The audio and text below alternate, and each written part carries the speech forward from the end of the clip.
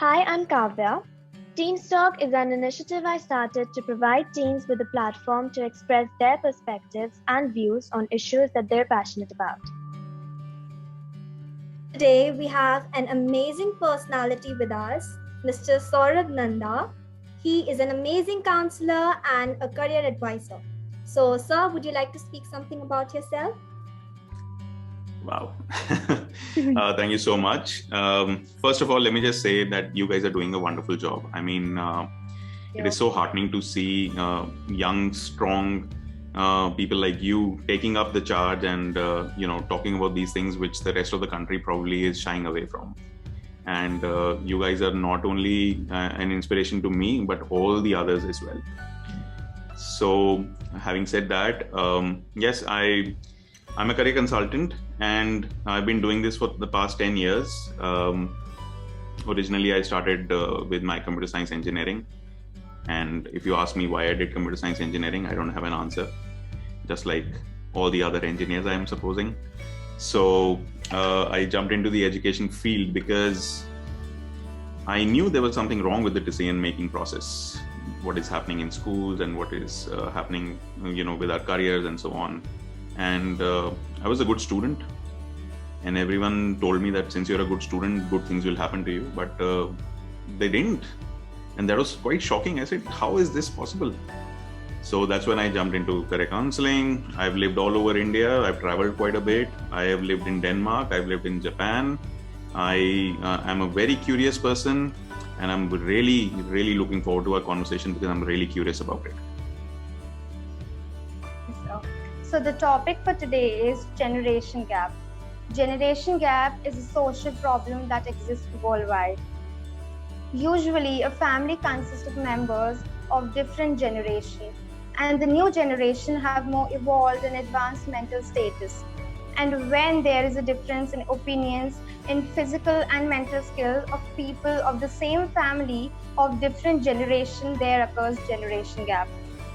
Usually, older people have more experience and wiser outlook of the life and society as compared to youths have. The generation gap is an issue that can be resolved smoothly, and today we are going to know more about this with Saurabh sir.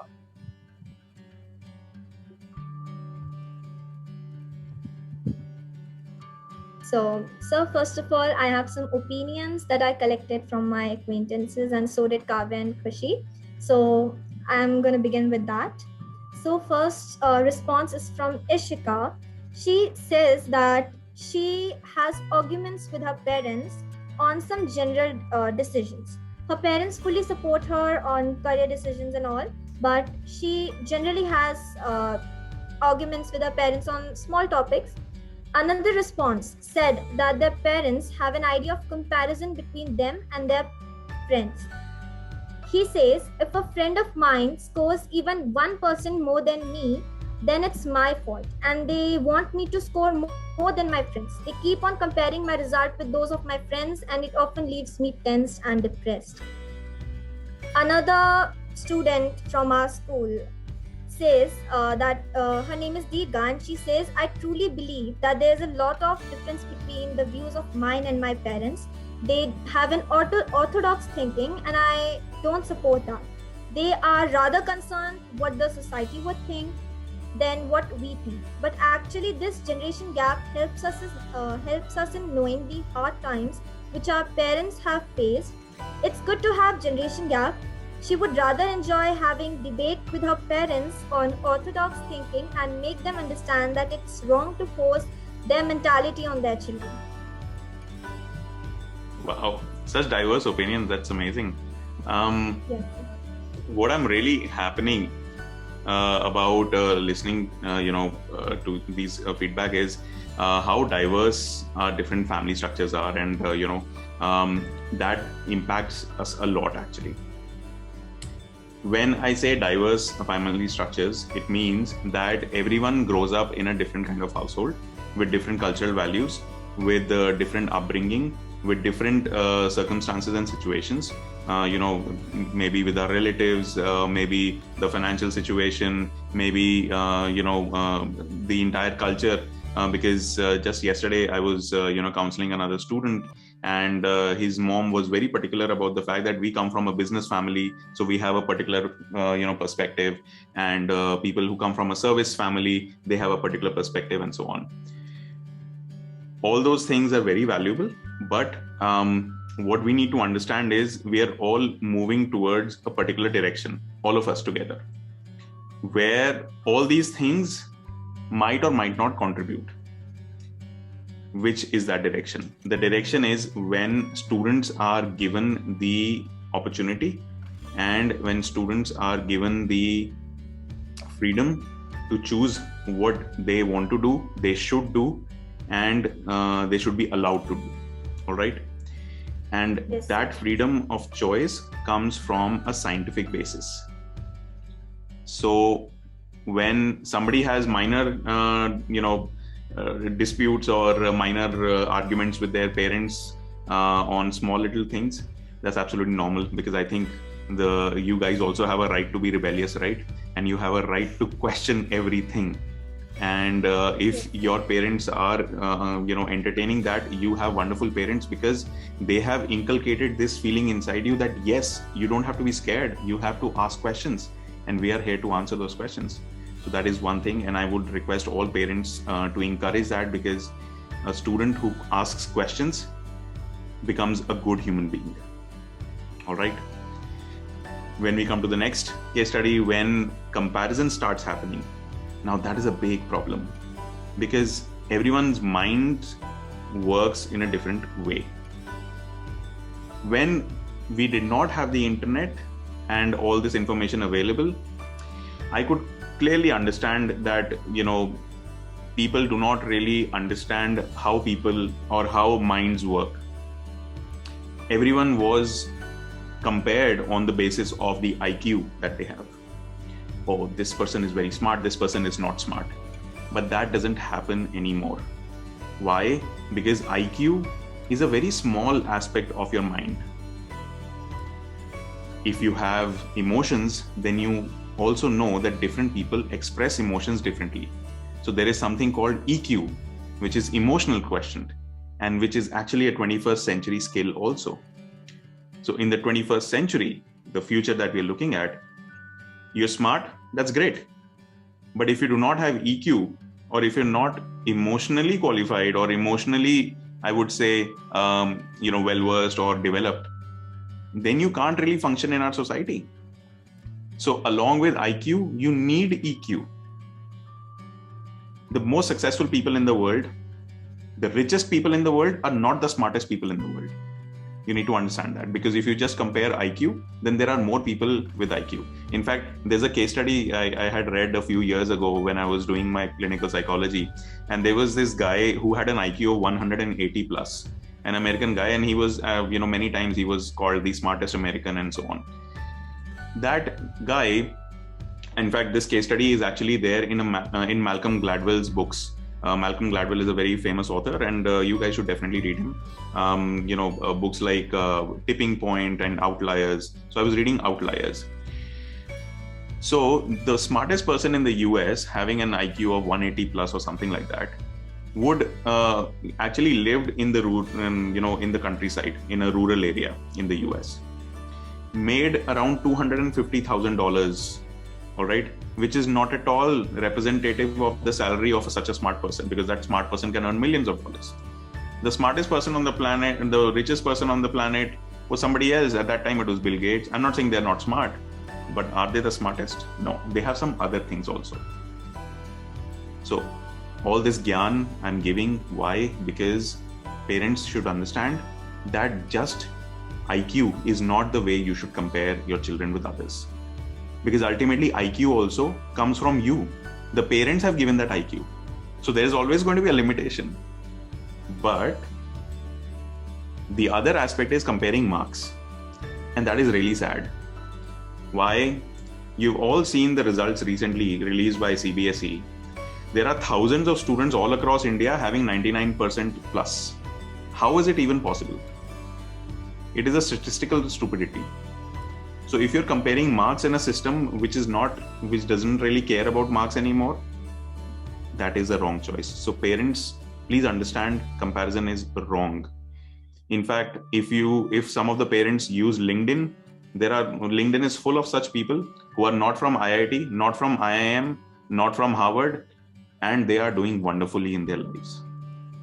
They're not working in big companies like Amazon, Google, etc., but they are extremely successful in their lives. Some people get successful in classrooms, in schools. Some people get successful later on in life. Too long, na? No, that was wonderful. Thank you so much. Okay, so there's one answer that I got from my cousin. She says, I don't feel generation gap is just about the age and intellect gap between me and my parents. Rather, I would like to include society surrounded. In society, we include people of all ages, right? But particularly, I find the elder generation being too nosy about other children's life than their own. They give their expert comments on everything, be it clothes, courses, job, future, present, or the right age for someone to get married. On the other hand, my generation doesn't mind and care about somebody else's business because they're too busy building up their life. Of course, to cover up this gap of Gen X and Gen Z, we need to increase acceptance and some sort of mutual agreement, because there is a huge difference between time, age acquired, cultures, lifestyle. Absolutely. I think that's a very valid opinion. There is a huge difference in how parents and people from an older generation view how life should be. Now, usually what happens is parents are extremely careful for their children. They want to protect them. They want to keep them safe. They want the best for them, right? You guys understand that already. But what they forget is that when they were younger, they were probably doing the same things as you guys are doing. They probably had similar dreams and they probably had similar reactions to their own parents. But when they reach the age of 40, 45, 50 and they have teenagers and suddenly they think study is the most important thing, you should forget everything else. But it's not as black and white as that. Every generation's parents, like the newer generation, will be softer and kinder and better than the previous generation. All right?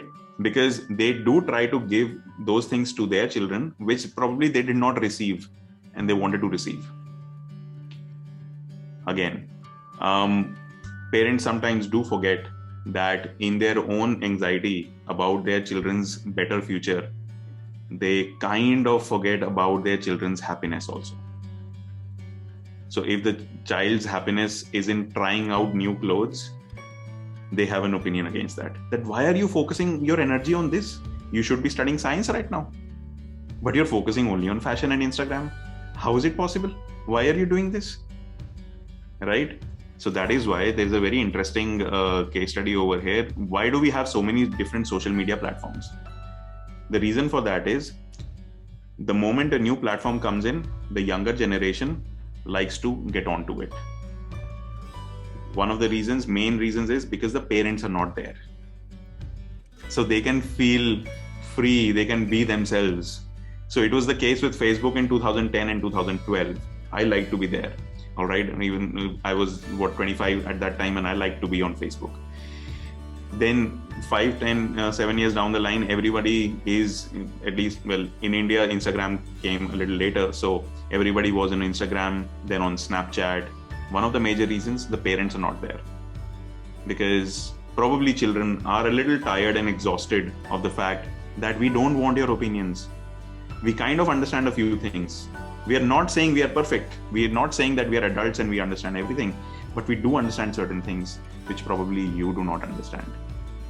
How Instagram works and how Snapchat works and how Discord servers, Twitch and gaming communities and all these places work. It's quite different. And that is where a huge communication gap develops. So the parents are just not able to understand ये क्या रखा है, ये Twitch में होता क्या है, मुझे तो समझ नहीं आया कि ये वो कोई गेम खेल रहा है, तुम देख रहे हो, उसको देखते जा रहे हो. What is this? This doesn't make sense. So that communication gap widens, keeps widening. And that is why, things keep piling on. How human beings function is they keep on absorbing information They keep on collecting information, then they process it very slowly. They don't process it very fast. But we keep absorbing because we have 6 senses, so many things are happening. We keep absorbing. The processing happens very slowly. So my parents asked me not to go there. I just absorbed that information. Then they asked me not to wear those clothes. I just absorbed that information. Then they asked me, don't go and play outside. Don't hang out with that person. Don't do this. Take these subjects in 12th and so on and so forth. You keep on absorbing that. You have not processed it, but you're getting angry about it. And then something normal happens. Beta, come have lunch. And suddenly you have an angry outburst. And then the parents think, oh my God, my child is destroyed. He or she has become a monster now. They've not realized that the constant opinions that they have been sharing with the child, with you, is adding on. And it is making them a little angry. And the solution to that is communication. Does that make sense, Kavya? Absolutely. I got so engrossed in listening to you. Thank you. So let's kick off with the questions, shall we? Yeah? Yes. Yeah. Okay. Okay. So my first question to you, sir, is that oftentimes our views and choices clash with those of our parents, and that ends up in arguments. And parents and teens are both correct in their views. So whose opinions should really matter, and how can we avoid these conflicts and differences of opinions? That's the toughest question out there, isn't it? Because apparently there is no solution to it. And it takes time. It just takes time. And what happens in certain families, parents are quite patient. In certain families, children are patient. It's a very rare occurrence when both the parents and children both are patient or both are not at all patient. All right. So those are extremes. And those extremes can be quite, challenging in their own terms. But what happens is there will be times when you guys are patient. So then try to listen to what your parents are actually saying. Now, I know that you know everything, or at least think you know everything, because that is a basis of your understanding or your bias. When your parents are talking to you guys, make sure that you're not doing certain things, because it will increase your acceptance of their points. You're not closing your limbs or folding your hands or crossing your legs, because the moment you're in that kind of body language, you're just, no, I don't want to listen to you. All right. So your body language affects you a lot. Secondly, follow a rule. And this rule actually is suggested by a very famous Stanford professor. His name is Shirzad Chamine, very famous guy in life coaching. And he says that what you guys can do is, whenever you're talking to somebody, and even though you know this conversation is going to be really boring, I already know what that person is going to say, but still, just imagine that whatever that person is going to tell you, at least 10% is correct. Have that rule in your mind, that at least 10% is correct. Now, you also understand whatever your parents are telling you is wrong, but why are they telling you that? The intention behind that is correct, right? The intention behind that is always correct. So respect that intention. Because if you go with that mindset, and after they have finished talking, then you say, Mom, Dad, I understand that this is the reason why you're giving me this advice. And the moment you tell them this, कि आप मुझे ये बता रहे हो, मुझे पता है, because you want me to study harder, study well, because so that I can, be successful in life. I understand that. And I am studying harder. You ask me, you talk to me about subjects. I have a plan. I'm going to improve. Because of this reason, I was not able to do this. Suddenly there's communication happening. Now your parents are also listening to you, because finally, what are your parents thinking about? मैं कुछ मर्जी बोल लूं, whatever I say, nothing is gonna go into that brain. But the moment you tell them, I understand exactly what you're telling me, they're like, oh, really? So then they are also open. So parents, you also follow the same, because when your teenager, when your child is trying to tell you something, you need to understand that they do not have enough life experience. they have not talked to so many people as you have. So they are not able to express themselves very well sometimes. They're trying to say something, but something else comes out. They're trying to showcase an example, hoping that you will understand with this example what they're trying to tell you. But sometimes it doesn't make sense. Sometimes when you're angry, you don't listen to them. So please follow this rule. Whatever your teenager is telling you, whatever your child is telling you, 10% of that is absolutely correct. 90% debatable. I get it. But the moment you start opening up, communication happens. This difference of opinion will reduce. Otherwise, what will happen? Like I said in the beginning, you keep on stacking information. Us time aapne ye bola tha, us time ye bola tha, and then everything comes in. That time also you didn't allow me to do this, and then your parents say, that time I allowed you to do this, now you have to do this. So all those things start happening. So Thank you, my sir. question to you is, so my question to you is, due to peer pressure or the company that a teenager has, he or she often finds himself inclined to do this decision made by his or her friends, and because of this we neglect the opinions of our parents. So how can we, being teenager, come out of this situation? So being a teenager is tough, man. It is really tough. All right. So many things are happening, both inside your mind and outside and everything. And with this pandemic, I mean, things are just going crazy and ridiculous for you guys. And I honestly don't envy you guys right now, because being a teenager during these times, oh my God, I can't even imagine. Now, the regular problems with being a teenager is your friends are doing something cool. Maybe it is cool, maybe it is not. At least it looks cool. Why does it look cool? For various reasons.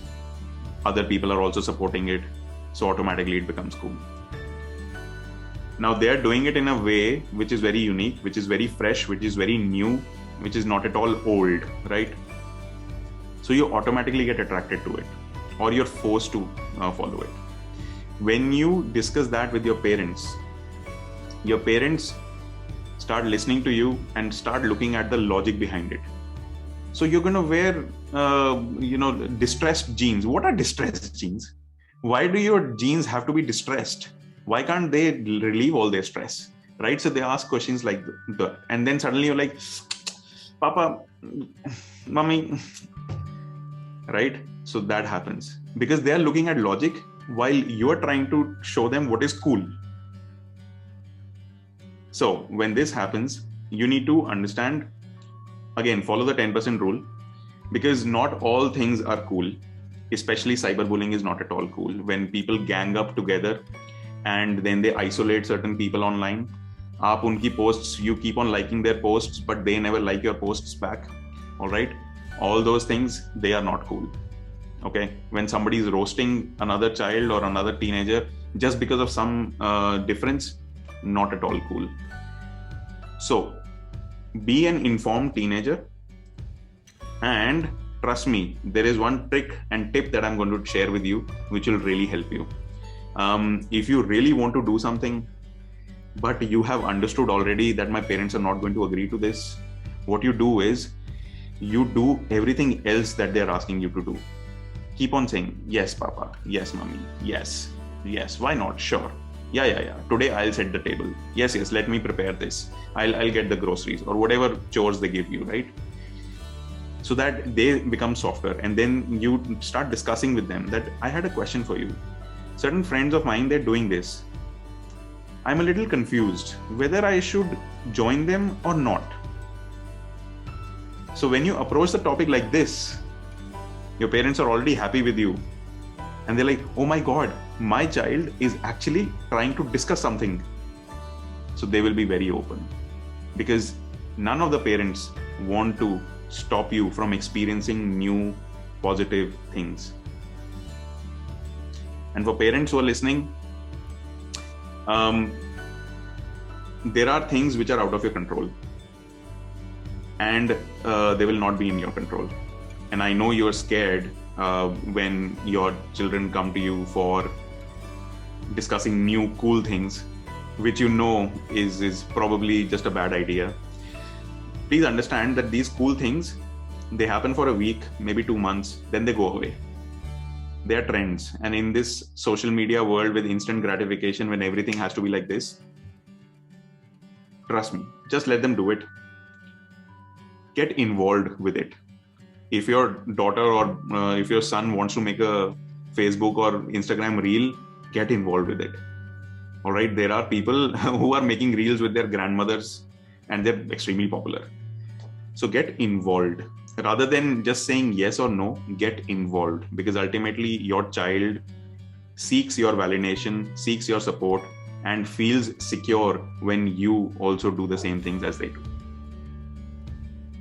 Thank you so much, sir. My pleasure.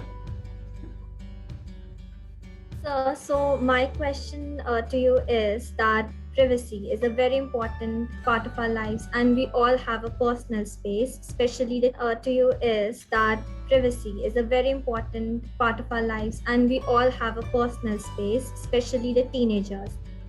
But I personally feel like parents keep on invading that personal space of ours, and we don't get enough privacy. And this can have a lot of negative consequences, including the tensions between the parents and the students. And this is my personal problem as well. Like I'm taking any online classes and they keep on coming in between, and I don't want them to come. So there's a personal space of mine in which I don't want any interference and intervention, but I don't get my privacy. So who do you feel is wrong, and do you feel like the privacy thing is a right of even the teenagers as well? Wow, very important question. Let me just start by talking about this time that we're living in. Indian houses, Indian households are not designed for work from home or study from home. And I think everyone has understood this quite well. Last year, I did a lot of media appearances. I made videos and wrote articles about this. I also participated in a major university study related to work from home, just to tell people that Indian houses are not made for work from home. Because our houses, they are not soundproof. Okay. In fact, our houses are designed so that a lot of natural air comes in. Then automatically we are not soundproof. Plus, we live in a country which is hot. Generally, it is just hot. So we don't have to insulate our homes. If you look at colder countries, they have insulation within their walls, which also provides soundproofing and privacy. We don't have that.